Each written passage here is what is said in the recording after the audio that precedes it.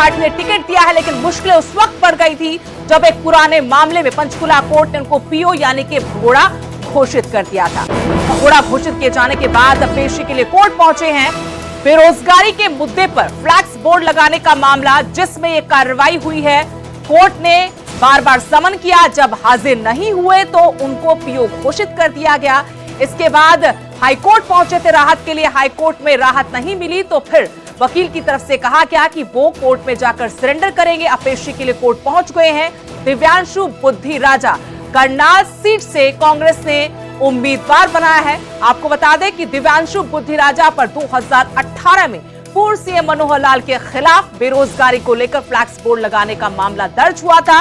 इसी मामले को लेकर पंचकुला कोर्ट ने बार बार समन किया, लेकिन पेश नहीं हुए, कोर्ट में हाजिर नहीं हुए तो कोर्ट ने उनको भगोड़ा घोषित कर दिया था।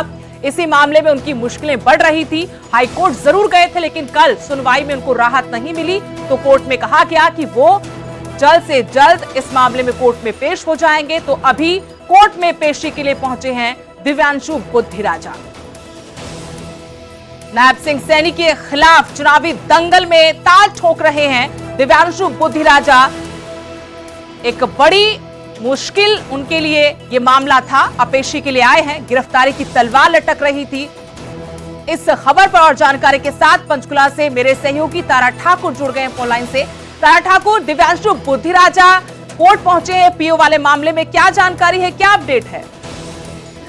जी बिल्कुल, देखिए ये जो मामला है वर्ष 2018 का था, जब मुख्यमंत्री जो पूर्व हैं मनोहर लाल के काफिले का घेराव किया गया था और इसके अलावा बिना परमिशन के जो है शहर में बोर्ड लगाए गए थे, जिसके बाद सेक्टर 14 थाने में मामला दर्ज हुआ था और कोर्ट के द्वारा इस मामले को लेकर कई सम्मन दिए गए, लेकिन कोर्ट में पेश न होने के चलते जो पीओ घोषित किया गया था। लेकिन आज जो है पंचकुला कोर्ट में दिव्यांशु बुद्धि राजा जो करनाल से कांग्रेस के लोकसभा प्रत्याशी है, वो यहाँ पर पहुंचे हैं और सरेंडर करने के लिए पहुंचे हैं, क्योंकि लगातार जो है कयास ये लगाए जा रहे थे कि बार बार सम्मन देने के बाद भी जो है अब वो कोर्ट में पेश नहीं हुए हैं, जिसके बाद इनकी गिरफ्तारी हो सकती है। लेकिन तारा ये समझना जानना चाहते हैं कि अब आगे क्या हो सकता है? क्या कोर्ट में पेशी के बाद उनके ऊपर जो गिरफ्तारी की तलवार लटकी हुई थी उससे उनको बचाया जा सकता है, वो बच सकते हैं, राहत मिल सकती है?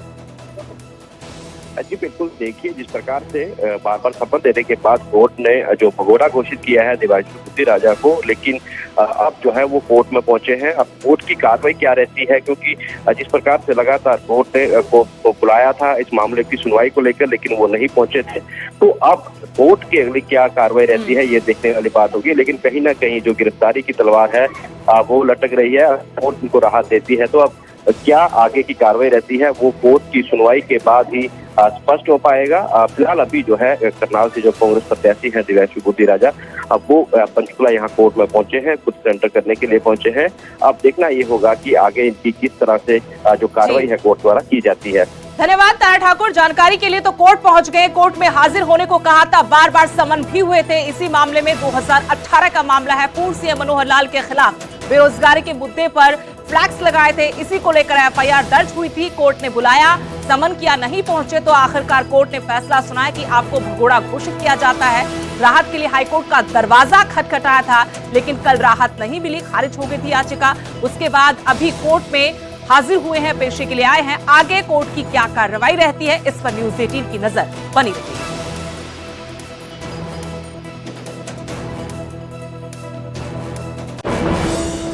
पानीपत से बड़ी खबर, जहां एक युवक कार में जिंदा जल गया। सड़क पर चलती कार में आग लगी थी, डिवाइडर से टकराकर कार पलट गई थी और कार में आग लग गई थी।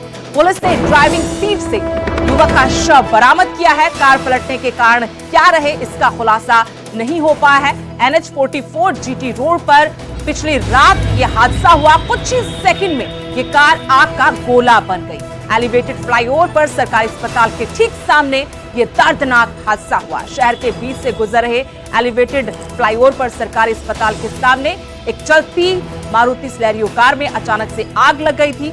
मौके से गुजर रहे लोगों ने कार में आग लगने की सूचना कंट्रोल रूम के नंबर पर दी और इसके बाद पुलिस मौके पर पहुंची। पानीपत से मेरे सहयोगी सुमित भारद्वाज इस खबर पर और जानकारी के साथ ऑनलाइन से जुड़ गए हैं। सुमित, क्या पहचान हो पाई है जो पीड़ित युवक है? कैसे यह हादसा हुआ, कैसे कार में आग लगी, कोई जानकारी मिली हो? बिल्कुल, देखिए सुदेश, ये मामला जो है बीती रात का मामला है, जब ये युवक जो है अपनी कार में सवार होकर पानीपत टोल प्लाजा से अपने गांव नाडोला की तरफ जा रहा था। जैसे ही ये NH-44 पर सिविल हॉस्पिटल के सामने फ्लाईओवर के ऊपर पहुंचा तो अचानक से ये हादसा हो जाता है और देखते ही देखते कार में आग लग जाती है और कुछ ही मिनटों में आग जो है आग का गोला बन जाती है और उसी वजह से ये व्यक्ति जो है इसके अंदर झुलस जाता है और जिंदा जो है ये जल जाता है और इसकी मौत हो जाती है। जब इसकी सूचना पुलिस को मिलती है, पुलिस और फायर ब्रिगेड की गाड़ियां फानन पर मौके पर पहुंचती हैं, लेकिन जब तक बहुत देर हो चुकी थी, युवक जो है कार के अंदर ही जिंदा जल चुका था और जिसके बाद पुलिस द्वारा शव को कब्जे में लेकर पोस्टमार्टम के लिए पानीपत के सामान्य हॉस्पिटल में भिजवाया गया। वहीं मौके से गाड़ी को उठवाकर अपने कब्जे में लेकर सिटी थाने में लाया गया। हालांकि अभी तक आग के कारणों का जो है वो पता नहीं चल पाया है। जी शुक्रिया सुमित जानकारी के लिए। तो बेहद दर्दनाक यह हादसा, कार पलटने की वजह से एक शख्स में जिंदा जला है कार में। कार डिवाइडर से टकराई, उसके बाद पलट गई और ये युवक कार में ही जिंदा जल गया।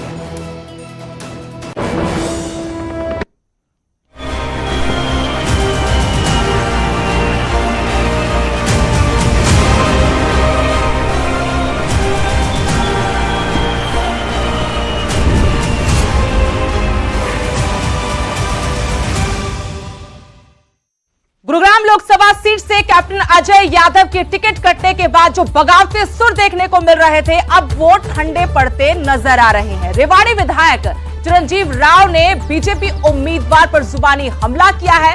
राज बब्बर को बाहरी बताया था राव इंद्रजीत सिंह ने। इसी पर कांग्रेस विधायक और कैप्टन अजय यादव के बेटे चिरंजीव राव ने पलटवार किया है। कहा कि राव इंद्रजीत सिंह खुद बाहरी हैं, वो लोगों के बीच न रहकर दिल्ली या फिर विदेश में रहते हैं। रेवाड़ी की बदहाली के लिए उन्होंने राव इंद्रजीत सिंह को जिम्मेदार ठहराया और कांग्रेस उम्मीदवार के समर्थन में कार्यकर्ताओं के साथ बैठक की।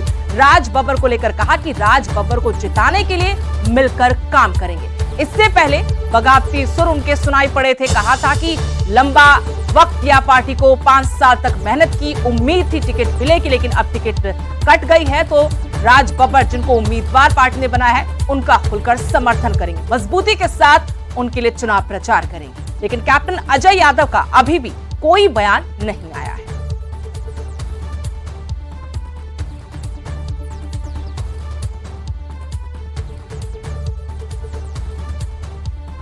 लोकसभा चुनाव को लेकर पूर्व मंत्री गीता भुक्कल ने बड़ा दावा किया है। गीता भुक्कल ने कहा कि सभी 10 सीटों पर कांग्रेस की जीत होगी। हरियाणा में कांग्रेस की हवा चल रही है। बीजेपी सरकार पर उन्होंने बेरोजगारी बढ़ाने का आरोप लगाया। साथ ही कहा कि चुनावी वादों पर भाजपा खरी नहीं उतरी। बीजेपी सरकार में विकास पूरी तरह से ठप पड़ा है।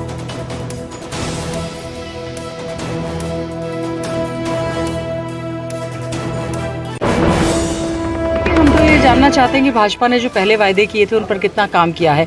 वो एक श्वेत पत्र जारी करें, बताएं कि क्या क्या वायदे उन्होंने किए थे और क्या पूरे किए हैं। हमें एक चीज़ का पता है कि रोहतक लोकसभा क्षेत्र में कोई भी ऐसी योजना परियोजना नहीं आई जिसको भाजपा कह पाए कि हमने झज्जर के लिए या रोहतक के लिए कोई कार्य किया है, या कितनी बार लोकसभा में यहाँ की आवाज़ उठाई गई है, या प्रदेश की बीजेपी की सरकार ने हमारे क्षेत्र के लिए क्या किया है। हमारे क्षेत्र के साथ पूरी तरह से झज्जर के साथ, रोहतक के साथ बहुत ज़्यादा भेदभाव हुआ है। मैं समझती हूँ जो योजनाएं परियोजनाएं सांसद भाई दीपेंद्र हुड्डा जी अपने समय में लेकर आए थे, जो पाइपलाइन में थी, बल्कि उनको भी इन्होंने सिरे पे नहीं चढ़ाया।